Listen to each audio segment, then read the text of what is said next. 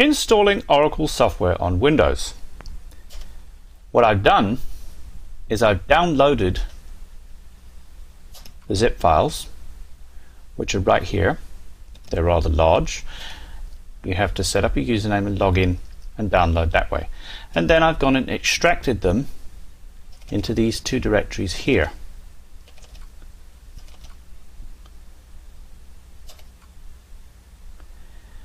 The first directory has a setup program, and this easy thing about the Windows installation is you just run the setup. There's no messing around with redirection of IP addresses or anything like that. The only problem is with an Oracle database running on my local Windows XP box, my computer is going to get rather slow, so as I said, I'm going to deinstall it afterwards. And this is the installation program loading. Comes up with this. Now I'm going to ignore all this stuff. I don't want to get junk mail, not really.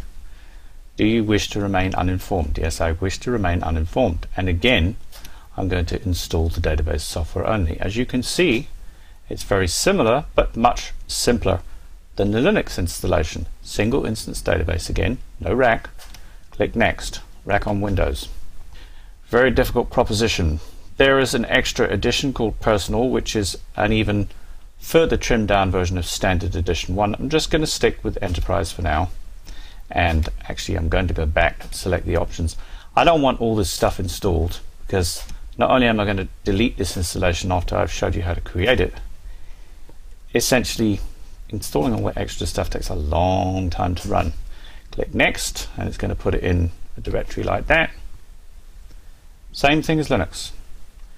It's going to perform performance checks, and if it comes up with things like memory issues, which is possible because my notebook is somewhat underpowered, but not probable. Let's see what it does. Architecture. Disk space available. I have disk space. That would be a problem if I didn't have disk space. I'm rather tight on disk space on this particular machine, and it's just going to do the same thing. And I'm going to pause it and come back to it. I could click the details button. Actually, it's going to tell me what it's doing here. It's probably doing a lot of things I don't want it to do. But basically, this is the installation log. The stuff that it freaked out on, probably no big deal. We could have tried to expand this window and have a look at the details. Well, once again, this course is not really about the machinations of the Oracle installer. I'm just showing you the basics of how to install it. And this is the installation completed on Windows.